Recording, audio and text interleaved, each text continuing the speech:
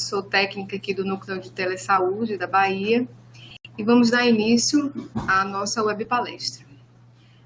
O tema de hoje é cuidados de enfermagem à pessoa com epidermólise bulhosa.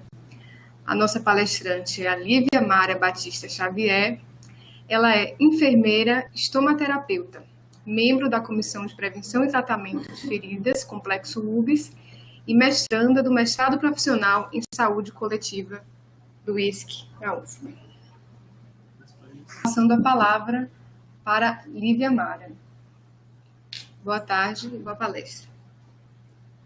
Boa tarde a todos. Eu gostaria de agradecer a CESAB pelo convite e parabenizar pela iniciativa de estar falando de um tema tão importante como é a epidermólise bulhosa e tão pouco conhecida também pelos profissionais de saúde e pelas pessoas em geral.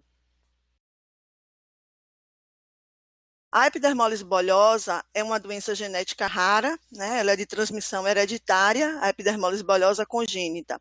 E ela se caracteriza pela fragilidade da pele e mucosas, levando ao aparecimento de bolhas, erosões, feridas, de forma espontânea ou após trauma mínimo ou fricção. Essa fragilidade ela acontece porque há uma deficiência das proteínas que mantêm as camadas da pele aderidas, por mutação genética. Então, e por isso é que aparecem as bolhas e as feridas. A transmissão genética dela pode ser de transmissão dominante ou de transmissão recessiva. E o que é a doença rara, né? Doença rara são aquelas doenças que elas afetam até 65 pessoas para cada 100 mil indivíduos, ou 1,3 pessoas para cada 2.000 indivíduos. Isso está descrito na Portaria 199 de 2014, que trata das questões das doenças raras e dos seus direitos dessas pessoas.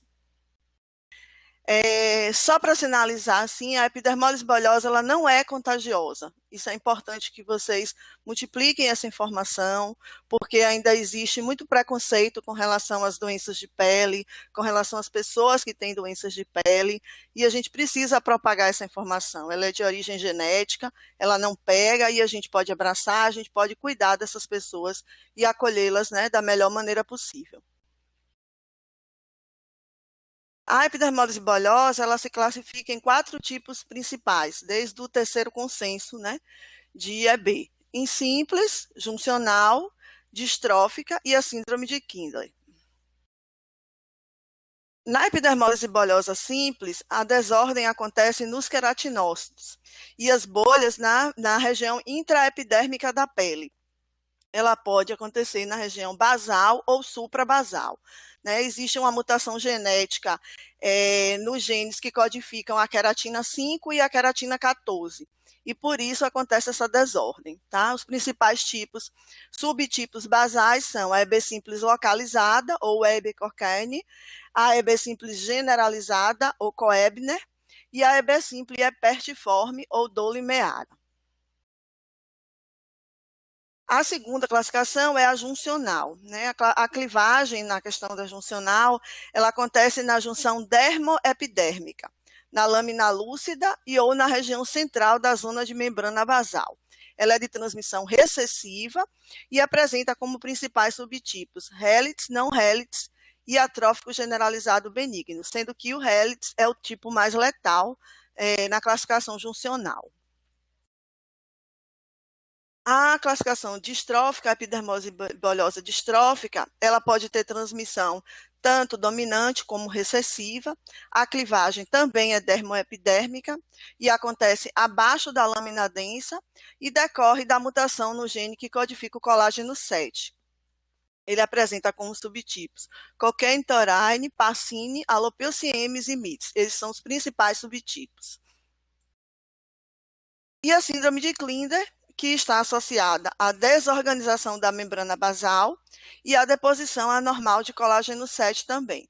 Ela se caracteriza pela formação de bolhas acrais, fusão de quirodáctilos e pododáctilos, poiquilordemia, pele seca e atrófica e fotossensibilidade. Eu não vou me adentrar muito na classificação, porque a doutora Vitória já falou bastante sobre isso na última palestra que foi feita sobre epidermólise. E também existe a epidermólise bolhosa adquirida, né, que é uma doença autoimune rara, que surge na idade adulta, é mediada por autoanticorpos depositados na lâmina e na sublâmina densa, com aparecimento de bolhas em áreas de traumas que se curam com cicatrizes atróficas e milho. A epidemiologia da epidermólise bolhosa. A incidência nos Estados Unidos é de 50 casos para 1 milhão de nascidos vivos, sendo que a EB simples é a B mais incidente. Na Irlanda do Norte foi feito um estudo em 23 anos, que foram identificados 48 casos de EB simples, sendo distribuídos em 31 casos de EB simples, um caso de EB juncional, 12 de EB distrófica e 4 da forma adquirida. Então, a maioria também de EB simples. No Brasil, não há estudos epidemiológicos. A maioria dos nossos pacientes, eles são distrófica recessiva, do tipo distrófica recessiva, e a gente atribui isso a muita subnotificação e a muito desconhecimento dos profissionais, né, em geral, que não sabem identificar e acabam não notificando essa doença, tá? Ou confundindo com outras doenças. O Cadastro Nacional da Debra Brasil, a presidente da Debra, ela me passou que hoje no Brasil existe quase 800 casos de epidermólise bolhosa, sendo que a Bahia é o terceiro estado onde existe uma maior prevalência de EB, tá? Superada apenas por São Paulo e Minas Gerais. O diagnóstico da EB, ela se dá através do exame clínico, né? Através do histórico familiar. Então, a gente, quando esse paciente chega, a equipe médica e a equipe de enfermagem conversa, colhe toda uma anamnese desse paciente, né? Vê toda essa história familiar, questões de consanguinidade, porque como é doença genética, a consanguinidade favorece muito o aparecimento, né, dessa doença, através da biópsia de pele, né, e através da microscopia eletrônica, que é o padrão ouro, e o mapeamento genético. A microscopia eletrônica e o mapeamento genético ainda não é uma realidade do nosso país. Aqui se faz, mas em poucos lugares, né? A grande maioria é diagnosticado mesmo através do exame clínico e da biópsia de pele. As principais manifestações clínicas, né?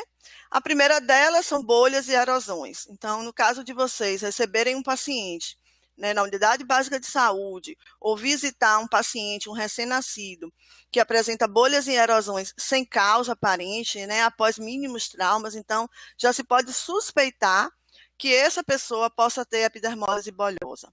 Prurido, a maioria deles apresentam muito prurido, porque essas bolhas e essas feridas, elas cicatrizam e abrem novas feridas, e essa pele também fica muito ressecada, então eles costumam ter muito prurido.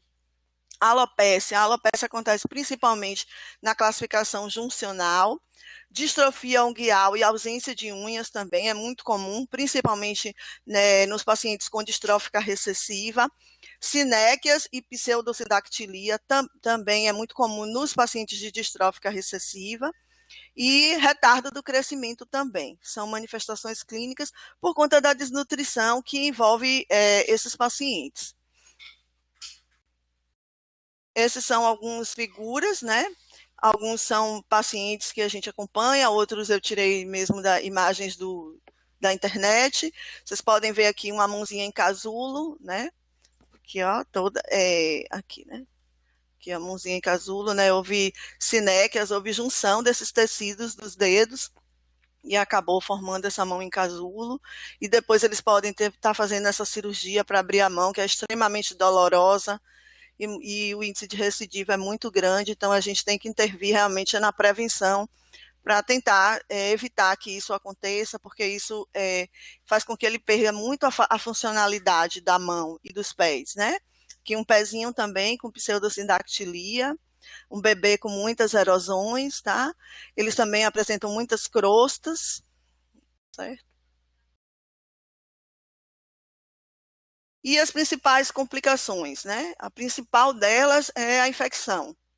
Como eles têm o extrato córneo comprometido, muitos deles têm áreas extensas de pele desnuda, então eles têm muita tendência a ter infecção cutânea, né? E às vezes chegam a ter sepse, que é um dos do que mais leva ao óbito, é a sepse. Né? Desnutrição e anemia também é muito comum, né? Eles perdem eletrólitos, perdem proteínas pelas feridas, perdem muito sangue também, muitos deles sangram, né? Alterações nos dentes, muitos deles têm hipoplasia dentária, né? Estenose esofágica, principalmente na juncional, na distrófica recessiva, muitos deles apresentam estenose de esôfago, porque essas lesões elas não acontecem só na pele, elas acontecem também em órgão interno, né? No esôfago, no trato geniturinário, no trato intestinal, contraturas de mãos e pés. Muitos deles, eles apresentam, eles não andam, eles andam em cadeira de roda, porque já apresentam mesmo deformidades, principalmente nos joelhos, né?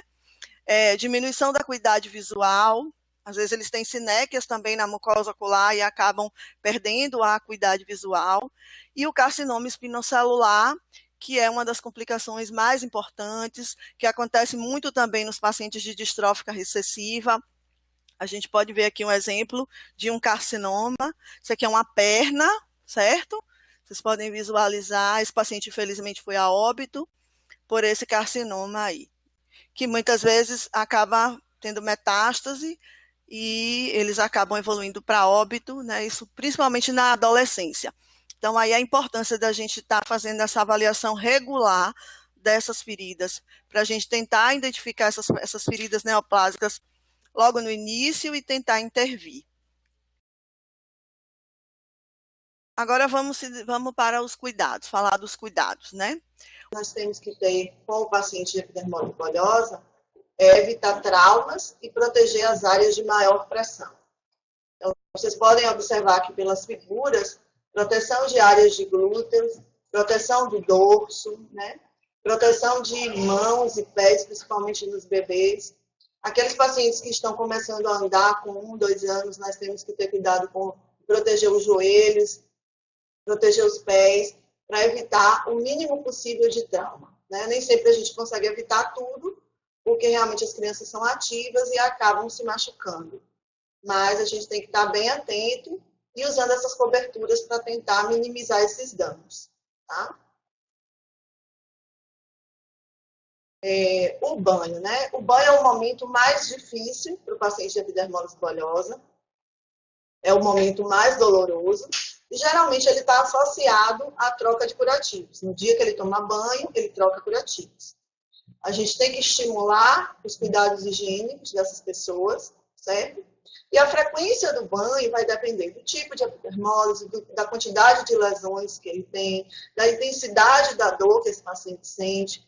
Muitos deles precisam fazer uso de um analgésico antes do banho, né, porque sentem realmente muita dor.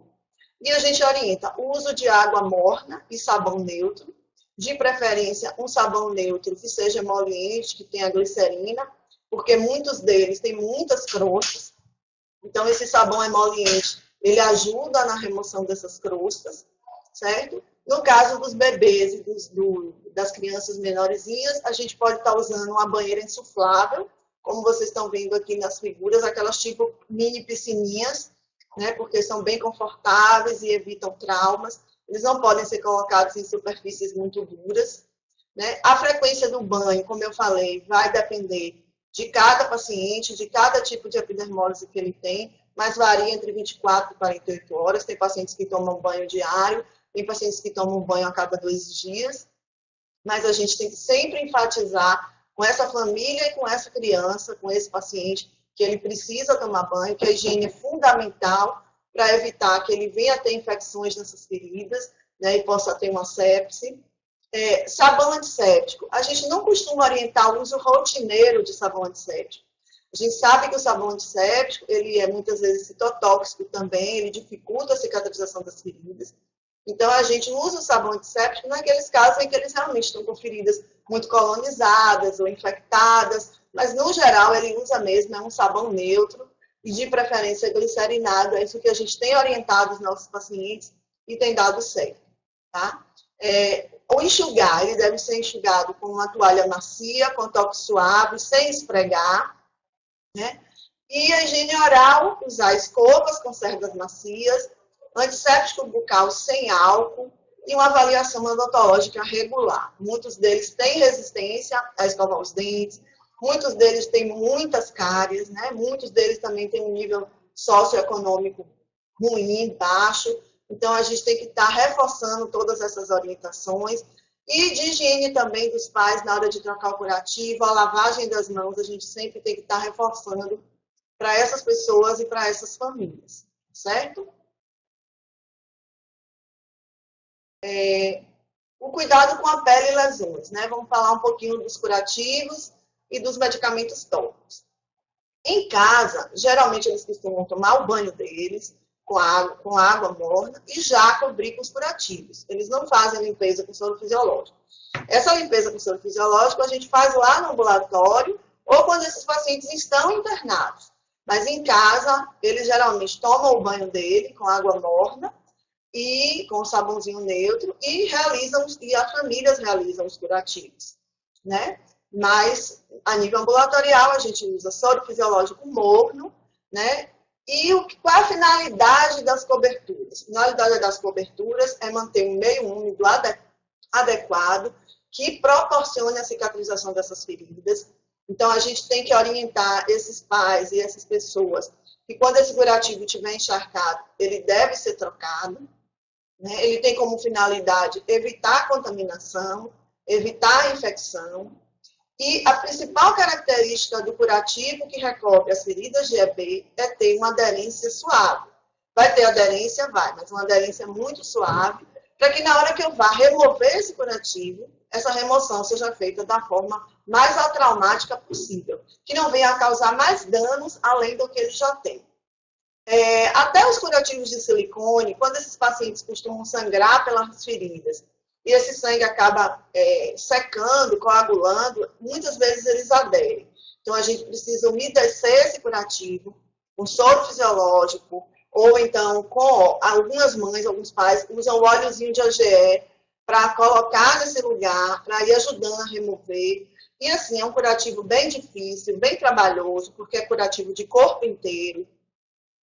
Muitos desses pacientes, eles mesmos retiram os curativos deles, eles gostam de retirar, porque eles sabem o limiar de dor deles. Então, a gente tem que aguardar eles retirar todos os curativos. Alguns preferem tirar após o banho e alguns preferem tirar antes do banho. Eles tiram tudo, um a um, e depois eles vão tomar banho.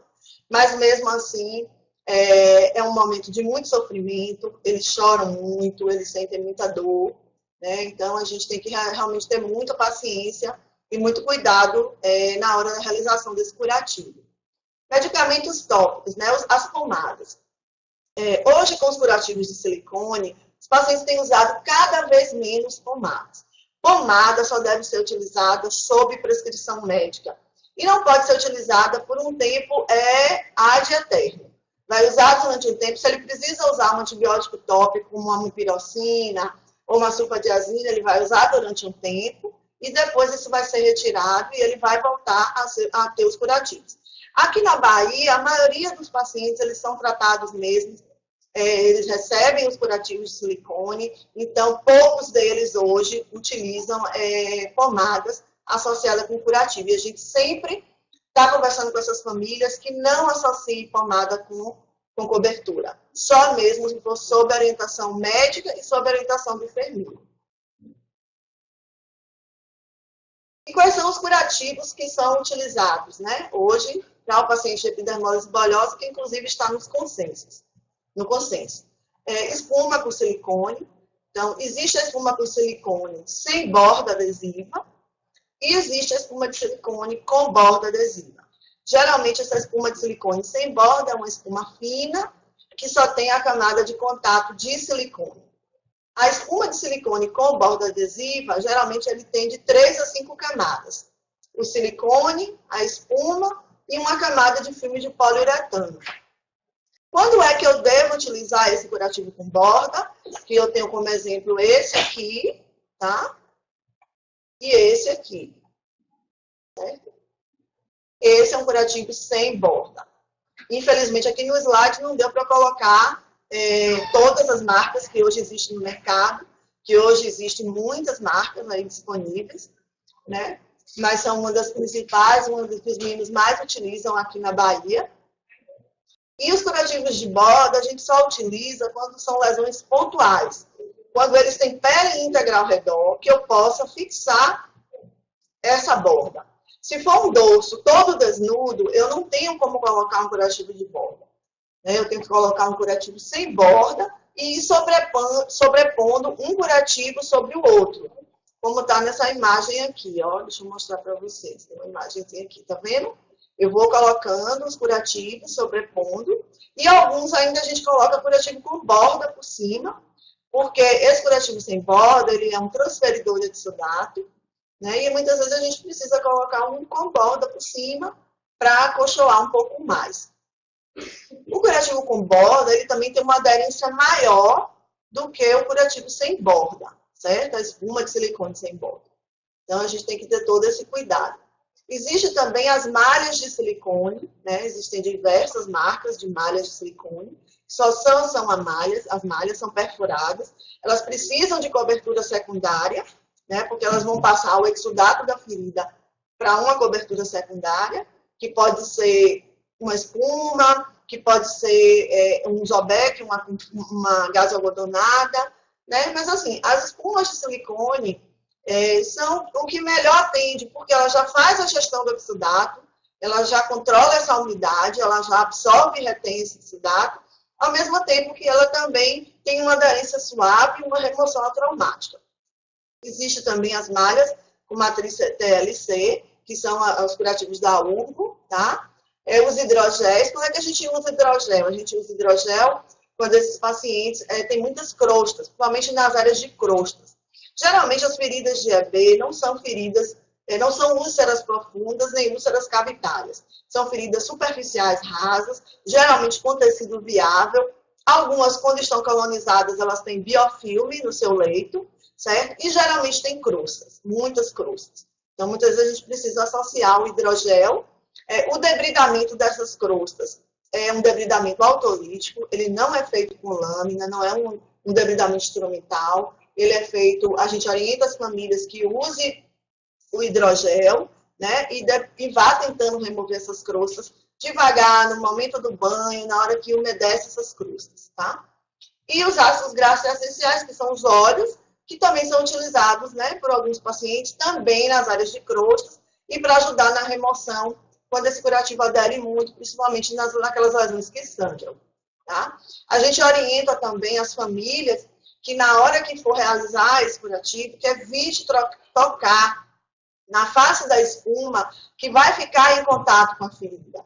Né? Essa espuma ela vem com uma película de plástica que você pode remover essa película e fixar na ferida sem precisar você tocar na área que vai entrar em contato com a lesão. Tá? Os cuidados com as bolhas, né?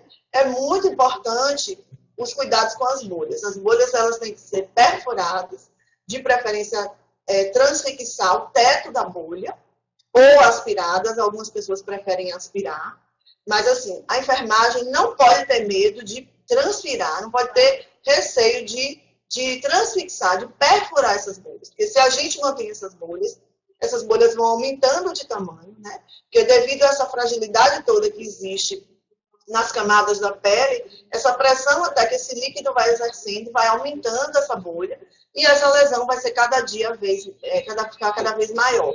Tá? Então é importante que ao identificar uma bolha, imediatamente a gente aspire ela, ou a gente transfixe com uma agulha descartável, claro. Pode ser uma agulha de insulina, pode ser uma agulha 30x7, 25x7.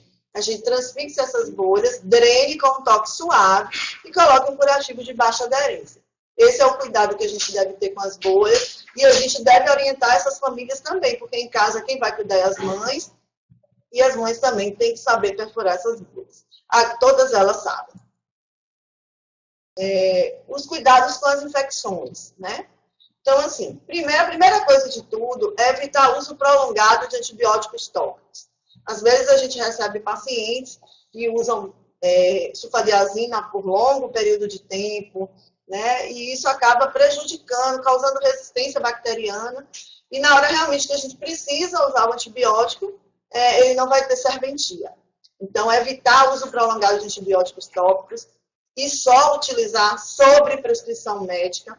Antibióticos sistêmicos também, só sob prescrição médica. A gente tem que estar reforçando isso com as famílias. Né? Os curativos impregnados com antimicrobianos, como curativo com prata, curativo com PHMB. Hoje eu só conheço que tem a camada de contato com silicone, curativo com prata, mas pode ser que também já exista o curativo com PHMB com camada de contato com silicone, tá? Esses curativos também devem ser utilizados por um período curto de tempo. Melhorou a sintomatologia, a gente volta a usar o curativo comum sem prata, tá? E se alterações sistêmicas, procurar atendimento médico de urgência. Então, se o paciente começou a apresentar febre, né, alterações, ficar hipoativo, ele tem que procurar um serviço de urgência ou emergência, certo? Esse é um exemplo de um curativo de silicone com prata, impregnado com prata. Vestiário, né? Qual é o cuidado que deve ter, qual a orientação que a gente deve dar a esse paciente com relação ao vestuário? Eles devem usar roupas de tecido macio, de preferência folgadas. A gente às vezes até orienta que use essa roupa pelo avesso, porque se a costura da roupa for muito grosseira, ela também vai gerar o aparecimento, vai causar o aparecimento de bolhas e lesões. Evitar zíperes, evitar elásticos, evitar botões, certo? Sapatos também devem ser confortáveis, de preferência usar meias, com sapatos macios e com poucas costuras, tá bom? Assim, os adolescentes, é bem difícil, a gente às vezes, eles não querem usar, eles muitas vezes querem usar jeans, eu recebo muito paciente com jeans, né? Eles não querem usar roupas muito folgadas, eles não querem usar roupa pelo avesso, nem pensar, né? Mas é uma orientação, a gente tem que orientar esse paciente. Cuidados com catéteres e punções, né? Então, assim, às vezes, lá na atenção primária, pode ser necessário funcionar um paciente para colher um exame ou até para fazer uma hidratação. Então, assim, a limpeza dessa pele tem que ser uma limpeza com toque suave, sem fricção, porque senão você pode gerar o aparecimento de bolha e de lesão, tá? O garroteamento. O garroteamento ele deve ser feito por cima do curativo. Geralmente, os pais eles andam o tempo inteiro com curativos na sacola. Se eles vão levar o filho numa unidade básica, se eles vão levar o filho num serviço de emergência, eles levam as coberturas na sacola. Então, se é uma área que não está protegida por curativo, vamos proteger e vamos garrotear por cima do curativo, porque o garrote pode também ferir essa pele e causar bolhas, né? Utilizar a fita não aderente para fixação. Isso não é uma realidade nossa, infelizmente, nós não temos essa fita aderente disponível nos serviços públicos de saúde, pelo menos que eu conheça não, mas é a orientação, existem fitas aderentes à base de silicone, que é de baixa aderência, que não vai causar dano na hora da remoção. Outro cuidado que a gente pode ter, também como vocês estão vendo aqui na imagem, ó, colocar o curativozinho de espuma embaixo do gel, por cima do gel também, né? E depois você pode fixar com uma atadura, e aí para poder segurar. Mas o ideal é que você coloque o curativo, porque esse coisa do gel aqui, ele pode também machucar a pele desse paciente, ele vai machucar. Então a gente tem que proteger embaixo do gel e em cima também, como vocês estão vendo aqui na foto. Tá? Evitar o uso de adesivos como micropores, esparadrapo diretamente sobre a pele, né? E existe também a opção de fixar esse acesso, usar o curativozinho de espuma e depois vir com a redinha tubular, que eu não sei se vocês conhecem, já tiveram acesso, mas é uma rede tubular elástica que pode ajudar também na fixação desse catéter no lugar da atadura, tá? Prevenção da fusão digital, né? Então, a prevenção da fusão digital, ela visa manter os dedos separados. Então, a gente pode estar usando, para manter esses dedos separados, malhas de silicone ou a espuma com silicone mesmo, tá? A gente vai fazer 4 furinhos nessa espuma, vai introduzir os dedinhos do paciente para manter eles abertos e separados. E depois você pode usar uma outra camadinha de espuma para proteger a região plantar, tá? e também para manter o polegar afastado. E utilizar sempre camada de contato em silicone. Aqui tem umas imagens, tá?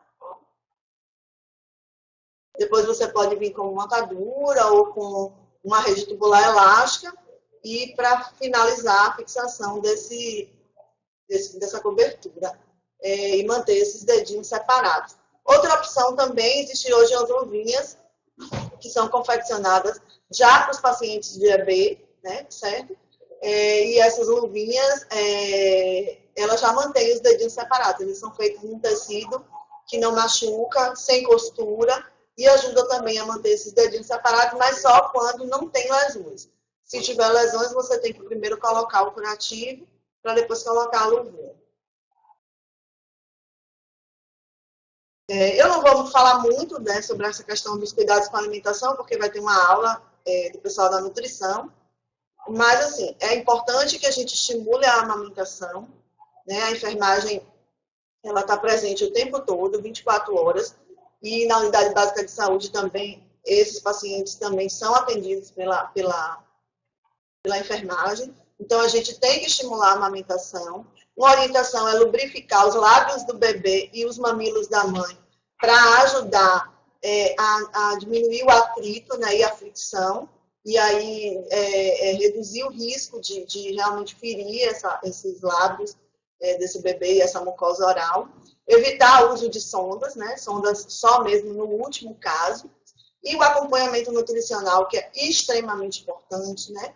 A gente não consegue prevenir e muito menos cicatrizar a ferida em pessoas com desnutrição. É muito difícil. Então, assim, a nutrição é extremamente importante para que a gente mantenha a prevenção e trate direitinho essas lesões, tá? Essa foto aqui é da mamadeira de Habermas, eu vou falar daqui a pouco, quando eu falar um pouquinho do cuidado com o neonato. É uma mamadeira apropriada para pacientes com lábio leporíneo, né? Com fenda palatina, desculpe. E aí elas têm elas ajudam a ele não fazer tanto esforço na hora de sugar.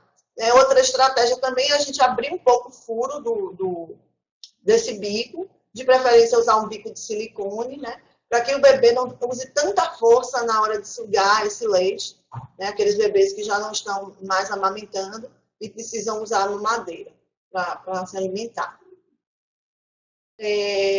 Cuidados com o paciente com EB na questão do acolhimento e orientação da família.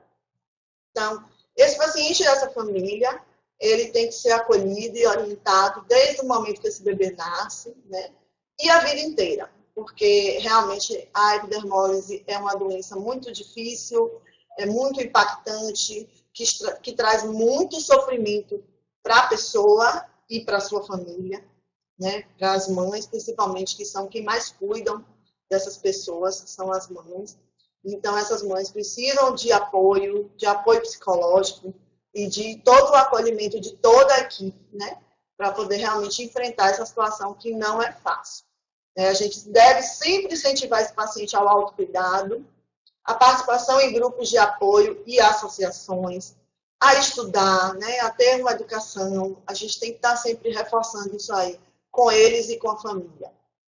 E o acompanhamento e orientação genética da família, que é extremamente importante, né, para que essa família não venha a ter novos filhos com epidermólise bolhosa. Aqui a gente tem casos de famílias que têm 2 irmãos com EB, ou até 3, que alguns já faleceram e teve outro. Então, esse acompanhamento e orientação genética da família é extremamente importante.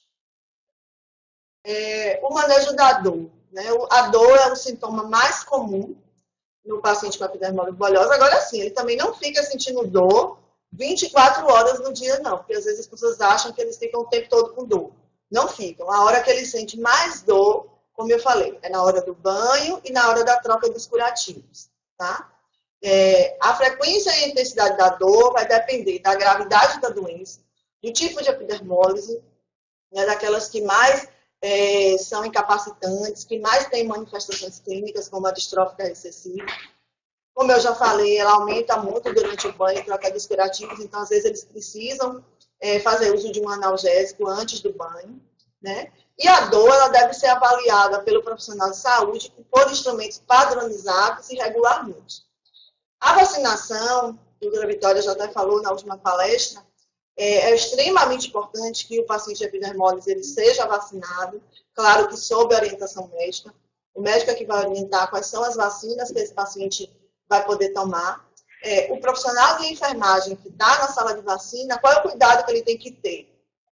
É não pegar, não colocar muita força, né, nesse bracinho na hora de fazer a limpeza, não friccionar com muita força, né, aplicar de uma modo mais suave, né, introduzir essa agulha de modo mais suave, para evitar realmente que cause um dano nessa pele, no local que foi vacinado. Tá?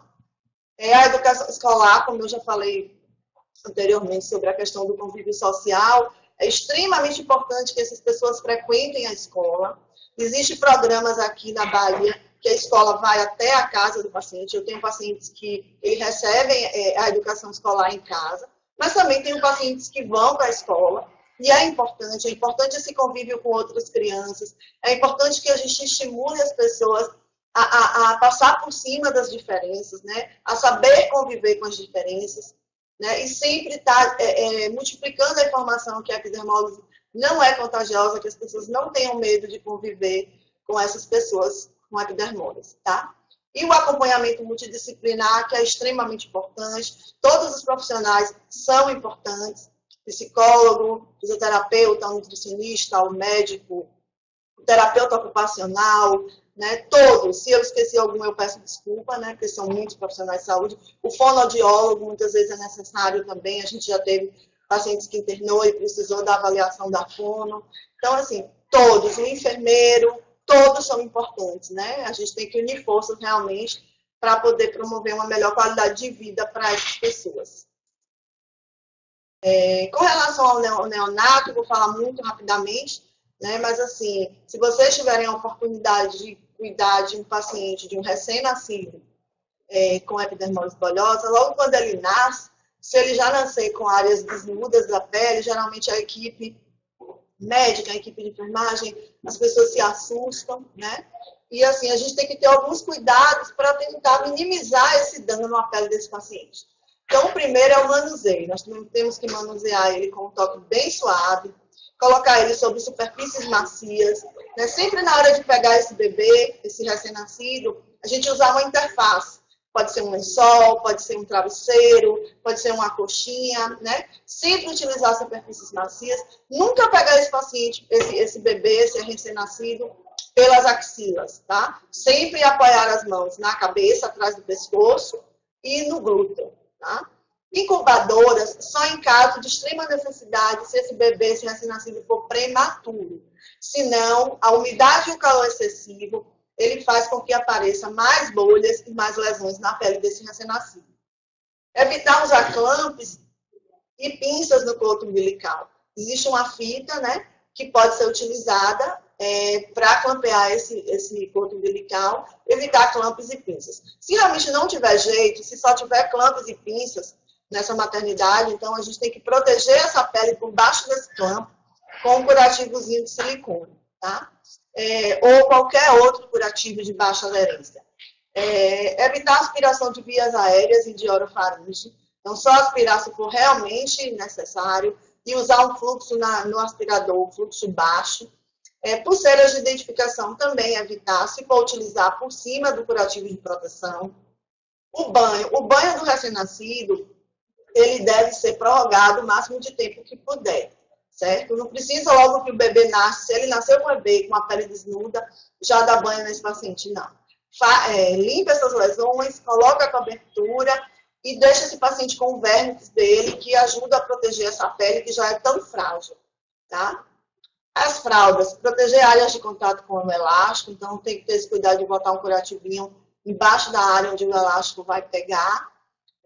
Como eu já falei aqui do uso de sondas e mamadeira, já falei no outro slide, e oferecer apoio e orientação a essa família, porque realmente é muito difícil uma família receber um recém-nascido com uma pele desnuda, com lesões de pele, né? A nossa pele realmente é extremamente importante, ela diz muito da nossa autoimagem, então é muito difícil mesmo. Só para a informação de vocês, a gente está citando aqui os serviços de referência que existe hoje no estado da Bahia, né, que é o Complexo Hospitalar Universitário Professor Edgar Santos, da UFBA, que fica localizado no Canela, aqui em Salvador, né, e é referência para os usuários residentes em municípios integrantes das macro-regiões de saúde leste, centro-leste, nordeste e centro-norte. E a Universidade Estadual do Sudoeste da Bahia, a UESB, que fica em Vitória da Conquista, e é referência para os usuários residentes em municípios das macro-regiões Sudoeste, Oeste, Norte, Sul e Extremo Sul. O pessoal da UESB, a equipe médica da UESB, com a equipe médica da UFBA, a gente tem uma boa interação, certo? A gente consegue realmente se comunicar. Quando tem pacientes lá que precisam vir para cá para uma investigação melhor, eles vêm, certo? Então, a gente trabalha realmente em parceria. Essa é a imagem do nosso hospital, tá? Aqui é o hospital, aqui é o serviço de ambulatório e aqui é a unidade pediátrica. Então, os pacientes são acompanhados no ambulatório trimestralmente. Quando eles precisam vir antes, com 1 mês ou com 2 meses, eles vêm. Mas, no geral, a regularidade deles é trimestral. Alguns pacientes com EB simples é semestral, tá certo? Quando eles precisam ficar internados, se forem adultos, ficam no hospital mesmo, e se forem crianças, no centro pediátrico. Tá? E a gente consegue acompanhar esse paciente, tanto a nível de ambulatório, toda a equipe mesmo de referência. Eu, a doutora Vitória, a doutor Ney, a Virgínia, a gente consegue acompanhar esse paciente, tanto a nível ambulatorial, como quando ele está internado. Aqui é o consultóriozinho onde a gente atende, né? E aí esse paciente, eu atendo junto com a equipe de dermatologia, no mesmo dia, sempre às terças-feiras à tarde. Vocês podem, qualquer paciente com EB, como a doutora Vitória já falou na última palestra, pode ser referenciado, é porta aberta, esse ambulatório de terça-feira à tarde, ou pode estar em contato comigo ou com o próprio serviço. Tá? Eu posso depois estar passando o telefone do serviço aqui para o pessoal disponibilizar para vocês. Né? A gente também apoia outros serviços de atenção. Sempre que algum serviço liga pedindo orientação ou querendo encaminhar um paciente, a gente recebe. Recentemente mesmo, uma médica de uma unidade básica de saúde do município ligou para mim, perguntando como faria para encaminhar um paciente que ela suspeitava de EB. Eu fiquei extremamente feliz desse contato. E aí ela mandou essa criança, que não era epidermólise, né? Chegou a dermatologia, avaliou e realmente achou que não era epidermólise. E aí essa criança está sendo acompanhada, mas a gente dá esse apoio também, a gente está aberto para apoiar. A gente realiza ações preventivas, né, diagnósticos, terapêuticas e educativas, não só com as famílias, mas também com as equipes, né, as equipes de saúde, equipe médica, equipe de enfermagem, nutrição, a gente também realiza. Atendimento que eu já falei, ambulatorial e acompanhamento hospitalar. E também a gente garante tecnologias adequadas, né? Em 2015, a CESAB contratualizou um termo de cooperação técnica junto com o UPS, e aí esses curativos hoje são armazenados, os curativos desses meninos são armazenados lá no hospital, no almoxerifado, e a gente faz controle e dispensação dessas coberturas para essas crianças, mediante recibos, os pais assinam tudo direitinho, recebem regularmente, mensalmente esses curativos, e também suplementos alimentares, que hoje também é disponibilizado pelo UPS, Virgínia, que faz essa distribuição, que é a nutricionista. Aqui é o símbolo da Debra. A Debra é um órgão internacional, né? Debra Brasil, é um órgão internacional que traz recomendações e orientações para profissionais, para familiares, para pessoas com epidermólise bolhosa. E aqui é o símbolo da nossa associação aqui da Bahia, que é a FAPEB Bahia. Vocês vão ter a oportunidade de conhecer Lindamar, que é a presidente da FAPEB, que é uma pessoa maravilhosa, que tem filho com epidermólise, e que realmente veste a camisa da epidermólise, que batalha por todas essas pessoas, né? É uma pessoa que tem minha admiração, que eu admiro muito, uma pessoa que, apesar de tudo, de toda a agonia que é ter um filho com epidermólise, vive com um sorriso no rosto e sempre passando uma mensagem de otimismo, né? O filho dela agora mesmo entrou no Senai, né? Um menino de 19 anos. Então, assim, a gente só fica feliz de ver que existe, sim, oportunidade para a epidermólise, que a epidermólise pode ter qualidade de vida, sim. Essas imagens aqui são de alguns pacientes que a gente cuida, né, só para mostrar assim, que é possível sim que os nossos pacientes vá à escola, tenham convívio social, festejem seu aniversário, joguem capoeira, né, brinquem. Eles podem sim, eles não vivem o tempo todo sofrendo, o tempo todo chorando, até porque criança não é assim. Geralmente adulto, quando tem algum problema de saúde, fica deprimido, fica chorando, mas criança não. Criança só chora se ela estiver com dor, se ela estiver realmente sofrendo. Senão, ela consegue sim ter uma vida normal, né? E o nosso papel, quanto profissional de saúde, é esse. É estimular essas pessoas realmente a ter convívio social, a se autocuidar, né? A crescer realmente como cidadãos, que é isso que a gente quer. E o que a gente busca com esse atendimento precoce e com essas ações educativas que a gente faz, é justamente isso, é identificar a epidermólise logo no começo, evitar que esses pacientes tenham muitas sequelas. Às vezes, algumas sequelas são inevitáveis, porque realmente é pela gravidade da doença, pelo quadro da doença, né? Mas a gente tem que buscar realmente essa perspectiva desses meninos terem qualidade de vida. Tá? E é isso que nos motiva, porque é muito difícil cuidar dessas pessoas. É difícil para eles, é difícil para as suas famílias, que tem que fazer curativos extensos, ou diariamente ou a cada 2 dias, e é difícil também para nós, profissionais de saúde. Porque o que nós gostaríamos é de curar as pessoas, é de ver as pessoas bem. E às vezes a gente não consegue, é uma ferida que fecha e daqui a pouco abre outra, né? E a gente realmente é isso que nos motiva, é pensar que esses meninos podem sim ter qualidade de vida, pode trabalhar. A gente tem pacientes que fizeram faculdade, que trabalham, que têm seu negócio. Então, a gente vê que é possível, né? E é isso que nos motiva a continuar esse trabalho. Certo?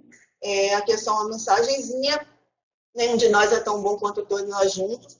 Então, é extremamente importante que a atenção primária esteja junto com o serviço de referência, junto com o Estado, na busca realmente de atender cada dia melhor, de prestar uma assistência de qualidade a essas pessoas e as suas famílias. A família deve ser vista sempre como uma parceira, né? A gente tem muito a aprender com eles também, e eles a aprender conosco, né? Então, é essa mensagem que eu deixo, e muito obrigada.